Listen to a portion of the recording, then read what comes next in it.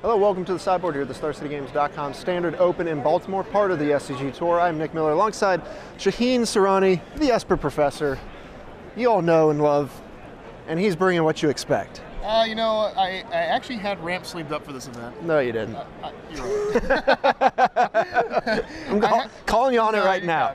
I actually do like ramp in this format, but you know, you can't play the first event without playing what the people want to see, right? The people and myself. All of us want to see. So the big concern of this deck was the mana, and I'm happy to report mana's good.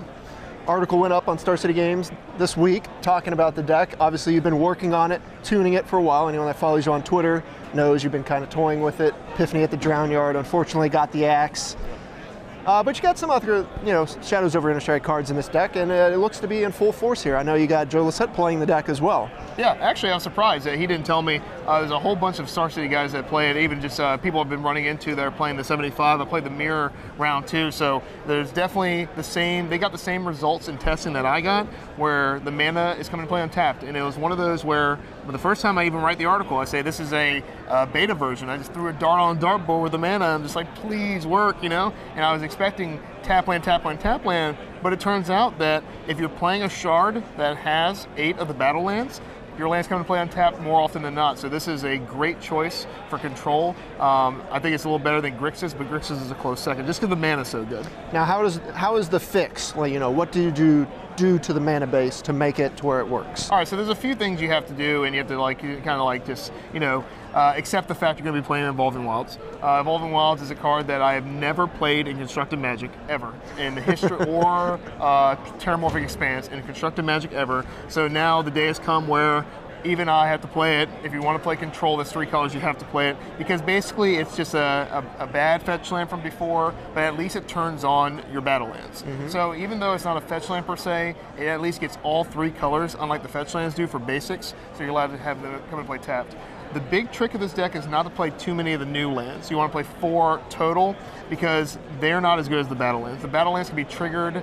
They either trigger the new land or they're triggered by basics. So at least you have a lot of leeway, where the new lands, the shadow lands, they need a lot of help to be untapped. That's what I've been hearing from people trying to build the 3-color decks is the Shadowlands don't work with Evolving Wilds, and you need Evolving Wilds to make the Battlelands work. Absolutely. So you kind of have to cut on the Shadowlands to make the rest of the mana work. Absolutely, and that says something. And again, you realize that people realize that I am kind of medium at mana base building. So this time I just hit the lottery. We added 1 swamp to the deck, and then the deck has been firing on all cylinders. So Joe Lissette was 4-0. Ollie was undefeated when I ran into him last round. I don't know how he did this round. The deck's just doing a lot better than I thought it was mana-wise. Right. Of course, you're 3-1 so far, right? Or 4-1. 4-1. Sorry. Yeah. Round 5 here, 4-1. Yes, sir. Let's go over the deck here. We got the usual suspects you expect to see in the Dragons deck. You, of course, have Ojutai, Silumgar Scorn, and, of course, Foul-Tongue Invocation. The Dragon Matters cards are all here. Jace, that ain't going anywhere. Nope, it's just the best card in the deck. It's even better now. Removal is on the light side. Everyone's all about that Declaration of Stone, which when it's cast against me, I won 2 games based because I had Declaration of Stone. You can't give a control player cantrips. You can't give a control player card draw to hit land drops, because that's all they need. Because you see the power level of all these big cards, and Jace is now either getting declarationed, maybe a Silk Wrap here and there, but there's not a whole lot that kills it on turn 2. Right, very interesting point. The big card out of Shadows over Innistrad, when you look at 2 drops or removal spells, is Declaration in Stone, and that's a card against a lot of decks where you don't mind giving them the clue, because you're trying to beat down or you're going to turn the corner very quickly. Yes. You're playing a deck that says, well, I'm fine with you giving me more cards. Oh yeah. So it does look pretty poor coming up against something like Esper Dragons. Oh yeah, and there's definitely 2 camps. The camp where all the professionals are than me, and there's probably like 3 or 4 people that agree. And I think Declaration of Stone, like you said, is fantastic in an aggressive deck with a clock. In any other deck, I think it's horrible. I think it's a card that you cannot afford. In a mid-range clash, you can't afford to give them cards. In a control clash, you can't afford to give them cards. Even in something that's still like a ramp style thing, you can't give them cards. You Declaration their World Breaker, and they already sacked their second move and got another one. Now they're going to draw another card. They hit the Chandra off the cantrip. It's a disaster sometimes. It's just, you know, they played Elvish Visionary just to cantrip. Yeah. And now, I mean, you're still going to keep it in against them because it's effective, but it's still not the best option for a lot of these decks. I think Stasis Snare is a little bit better. Right. But we're avoiding that now in this deck. We got better removal in the Esper colors. Right, of course, you've got Grasp of Darkness here. We got the new one, Anguished Unmaking. Yep. Talk about this card because a lot of discussion has been based around, is the 3 life worth what this card does? I think it is worse than Underend. I think that Phyrexian mana is obviously very good, and this is we kind of joked about it being Phyrexian and a half. That's what it is. It's 3 mana, and it does the same thing pretty much. You need it. Planeswalkers are fantastic in the new format. Every deck has Planeswalkers in it. The ramp decks have Planeswalkers. The control decks, the aggro decks have a ton of Planeswalkers. To not play this card is very, very ambitious if you think you're going to win a lot of games against Planeswalkers without having this card. And it's either that or Ruinous Path, and this card obviously is an instant. It's just better, and you just have to suck up the 3 life and just hope you can offshoot it with Foul Tongue, with Dragon Lords, or excuse me, with Oshai's Command and with Shambling Vents. Okay. Did you think about going towards something like To the Slaughter? Because, you know, you mentioned Ruinous Path, and you have one in your sideboard, but there's ways to deal with more Planeswalkers.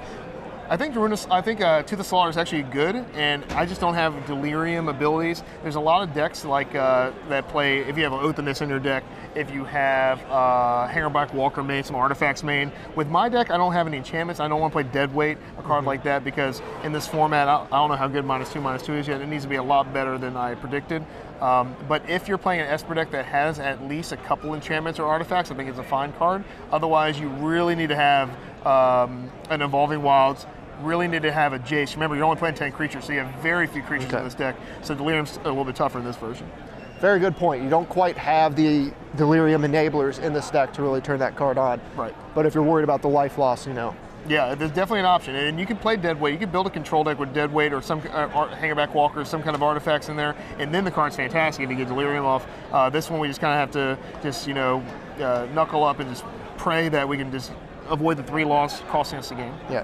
Languish, this card's coming in full force now post-rotation. A lot of people are packing a bunch of copies of that as a sweeper du jour. 4 copies. Ojutai's Command here is great, of course. We've seen this card popping up a lot. Painful Truths as well. So you're losing a lot of life in this deck, drawing cards and killing creatures. Yep, and you have to just keep offsetting the life loss. But luckily, 7 out of 10 decks, 7, 8 out of 10 decks, you can actually eat a lot of life loss and you're just fine. The black-white deck, which is popular, the ramp decks, the mid-range decks, even the Collected Company decks, they don't do a lot on turns 1, 2, and it starts on turn 3. If you're playing against a deck that starts being aggressive on 3, then the life loss really starts to stack up. Otherwise, you don't care. It's just like the old Jeskai Black decks, like Cuneo was playing. He played 4 Painful Truths, didn't even lose. You know, he top 8 at a Grand Prix pretty easily. It's because you have to run into the deck that punishes you for it, and after rotation, there are less decks. Talker Reddit, for example, is almost deceased after the rotation. Right, in your testing, have you seen any decks like that that do punish you? How about the white-blue humans deck or the mono-white humans deck as people kind of been coming out with? Right, luckily Languish is very good against them. That's why we play 4 Languish now. It's actually, Languish is kind of like a life gain spell. In the old days, you could play Painful Truths, but you would need a spot removal on 2, spot removal on 4, and keep them off the board. Now, you're just letting them get creatures out. You're Painful Truths, you're taking damage, they hit you for a bunch, put you at 8 or 9. As long as the Languish on 4 kills everything on the board, then the life loss is going to be pretty low impact on the game. If there's a situation where creatures get more toughness somehow out of the blue, then we're in trouble. But as long as Languish clears the board on 4, then you can, the Painful Truth times 4 has not bit me yet. All right. And of course, Obnixilis here, but the new Planeswalker, Soorani, the Grim Nemesis here.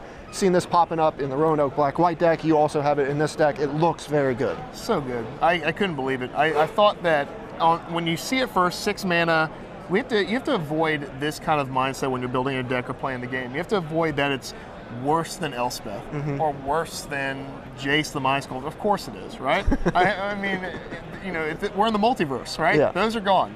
They're dead, okay? And now we have new cards. And in this format, going control style cards and then playing another way to kill a Planeswalker, gain a ton of life. I mean, it comes down to gains 5 life. I played very poorly, as one of the mistakes I made today is I could have played it and gained 5 life, and I just didn't see that line to take exactly enough to go to 2, and that would have actually probably won me the game.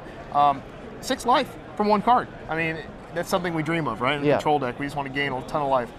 So Soorani does it all. It is a win condition, it draws cards, it removes creatures off the board, and of course if you ultimate, you win the game. Right. As any good Planeswalker should do. Right. All right. So we got new cards making appearances, looking very good. Let's move to the sideboard here. Dark Petition stands out, but you have a bunch of little targets for this in your deck. Go over them. We've got Infinite Obliteration, Ruinous Path, Virulent Plague, and then we'll go into some of the other spice in the sideboard. It's just a card that allows you to play less bad cards. And by bad cards, I mean Virulent Plague is very bad in multiples.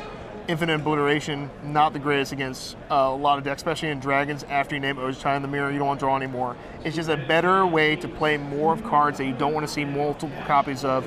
And it also, of course, tutors anything you want. Demonic Tutor Control, historically a good card. Giving you 3 mana makes it exactly that cost. And as long as you have cards that match the mana like 3/3/3, then it does exactly what you want to do on turn 5. It's one of those things I figured out a little too late last season. But as long as Origin's around, you'll see 1 copy on my board from here on out. Yeah. Playing that extra copy, all the good stuff. Yep. Now, you said the big thing in your sideboard this weekend is Hangerback Walker, a card you don't want in the main deck, but you have a couple in the sideboard, and talk about why. All right, well, step 1 when you're playing against any deck is they take out all the creature removal, at least 80% of it, right? So they leave in a few things. And they have to, because they can't really interact with Ojtai, and it's a late card. Dragon Lord Cylinder, 6 mana. Jace is the only card they leave a few copies in, but now you have a new Jace. This card has to be answered as a threat. It blocks. It is fantastic in the mirror and against decks that have sacrifice effects. If you play this, then it nerfs all their sacrifice effects, so now your dragons are free to fly, right? And then also, I've even gotten situations where they've cast Clip the Wings, and I kill my Hangerback Walker in response and sack the Thopter. So you have all these cute things you can do, and then late game you play a 4/8 mana, because you have all this, you have more land than any deck that has ever played this card. You tap all your lands late game, you have a 4/4 that turns into 4 flyers, and it's just great. So it's one of those cards that is good in the control deck. Again, what's the worst that's going to happen? They Declaration of Stone it? Okay. You've already heard my rant on Declaration of Stone, so I'll draw a card anyway. That's good. Take away your spell and give me a spell.